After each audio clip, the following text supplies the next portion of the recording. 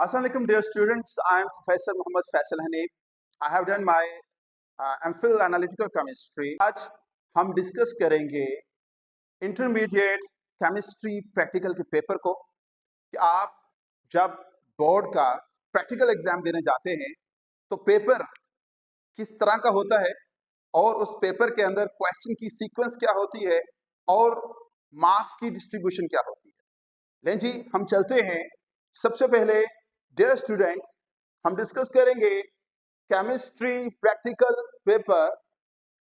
आपके सामने एक चीज क्लियर कर लें कि प्रैक्टिकल के लिए टाइम जो अलाउ होता है वो 3 आवर्स होते हैं, 3 घंटे होते हैं और मैक्सिमम मार्क्स 30 होते हैं प्रैक्टिकल के।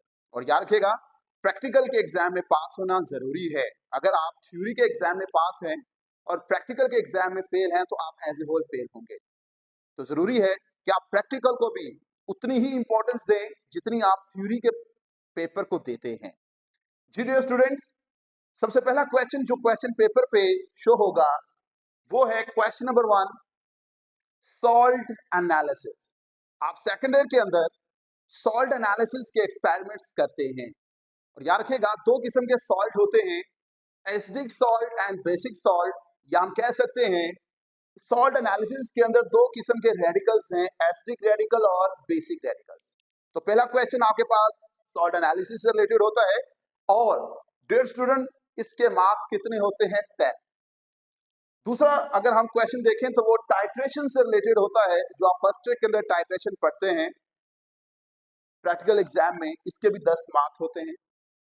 अब अगर हम चले क्वेश्चन नंबर 3 की तरफ, तो ये 3 पोर्शंस के अंदर डिवाइड होता है।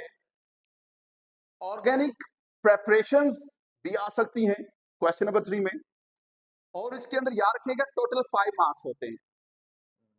10 क्वेश्चन 1 के, 10 क्वेश्चन 2 के 20 हो गए और 5 मार्क्स आपके पास क्वेश्चन 3 के होंगे। टोटल 25 मार्क्स यहाँ पर बनते हैं।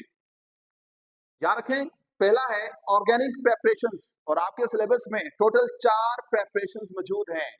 नो डाउट आपने लैब के अंदर वो 4 प्रेपरेशंस पढ़ी भी होंगी। अगर ये प्रेपरेशन नहीं आती है तो आएगी detection of elements in organic compounds.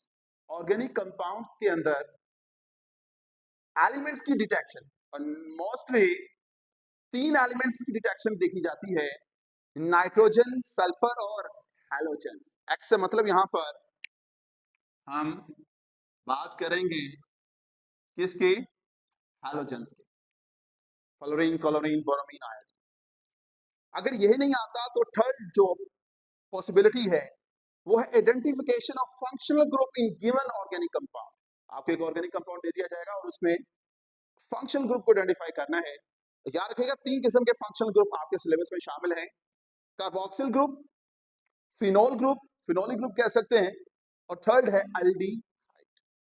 Ji dear students, आपने अभी देखा कि क्वेश्चन पेपर जो होता है प्रैक्टिकल का, उसमें क्वेश्चन 1, 2 और 3 हैं।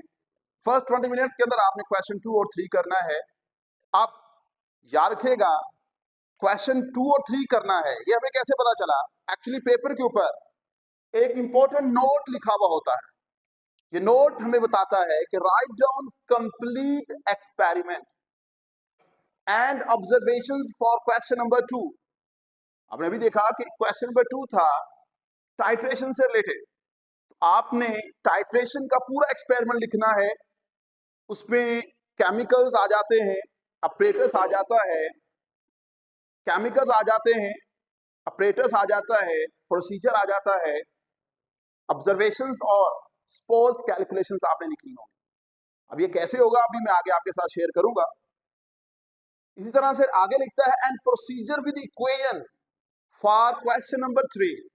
ये जो आपको बताया गया कि 3 किस्म के क्वेश्चन नंबर 3 आ सकते हैं, उनमें प्रेपरेशन हो सकती है, डिटेक्शन हो सकती है और फंक्शन ग्रुप की आइडेंटिफिकेशन हो सकती है। इनमें से कोई भी आ सकता है 5 मार्क का। आपने उसका प्रोसीजर प्लस उसके अंदर मौजूद जो इक्वेशन आती है वो लिखनी है। ये सब कुछ आपने पहले 20 मिनट्स के अंदर कंप्लीट करना है। वो आपको जो शीट दी जाएगी फर्स्ट 20 मिनट के लिए, उसमें आप जब लिख लोगे तो आफ्टर 20 मिनट्स आपसे शीट दोबारा से कलेक्ट कर ली जाएगी और आपको एक नई शीट दे दी जाएगी। अब वो जो आपको नई शीट दी जाएगी डियर स्टूडेंट्स, उसके अंदर आपने क्वेश्चन 1 करना है। उसका टाइटल था सॉल्ट एनालिसिस।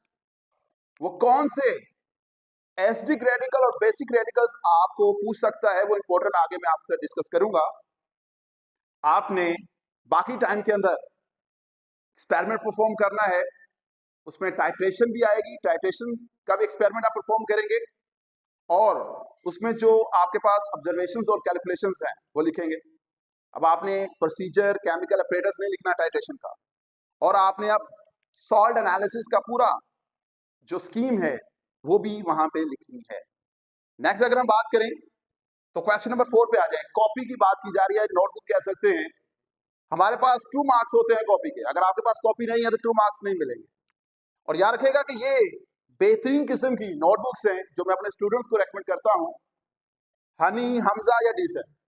इनकी खासियत ये है कि जब आप ये नोटबुक्स लेते हैं तो इनमें लास्ट ईयर के जो पेपर्स हैं, प्रैक्टिकल पेपर, वो भी गिवन है और इसमें से इंपॉर्टेंट शॉर्ट क्वेश्चंस भी हर प्रैक्टिकल के नीचे मौजूद हैं जो कि आपको वाइवा में हेल्प कर सकते हैं। नेक्स्ट आ जाएं, क्वेश्चन नंबर 5 जो पेपर पे मौजूद होता है वाइवा का है और 3 मार्क्स वाइवा के काउंट होते हैं। ये था आपके पास केमिस्ट्री प्रैक्टिकल पेपर। अब डियर स्टूडेंट्स आगे चलते हैं। अब बात आती है कि कौन कौन से एक्सपेरिमेंट्स हमें कंप्लीट करने हैं। तो सुन लीजिएगा, टाइट्रेशन 3 किस्म की आपके सिलेबस में शामिल है, आइडोमेट्री, रिडॉक्स और एसिड एंड बेस। और याद रखिएगा आपके पास जो इंपॉर्टेंट टाइट्रेशन के एक्सपेरिमेंट्स हैं वो स्क्रीन के ऊपर चल रहे होंगे। मैंने कुछ इंपॉर्टेंट टाइट्रेशन के जो एक्सपेरिमेंट्स हैं जो मोस्टली एग्जामिनर पूछता है और ये काफी रिसर्च के बाद आपके साथ बात शेयर की गई है, आपने ये जो स्क्रीन के ऊपर इंपॉर्टेंट टाइट्रेशन की स्लाइड चल रही हैं, जैसे ये लिखा हुआ है इसको अजबर कर लेना है शुरू से लेके एंड तक। यही आप वहां पे लिख देंगे, आपके मार्क्स पक्के हैं।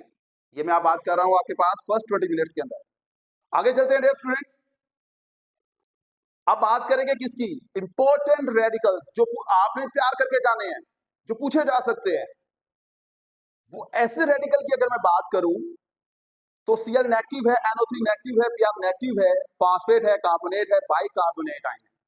इसी तरह से अगर इंपॉर्टेंट बेसिक रेडिकल जो आपसे पूछ सकता है उसमें अमोनियम आयन है, सोडियम आयन है, Fe+2 है, Zn+2 है, Ba+2 है और K+1 है।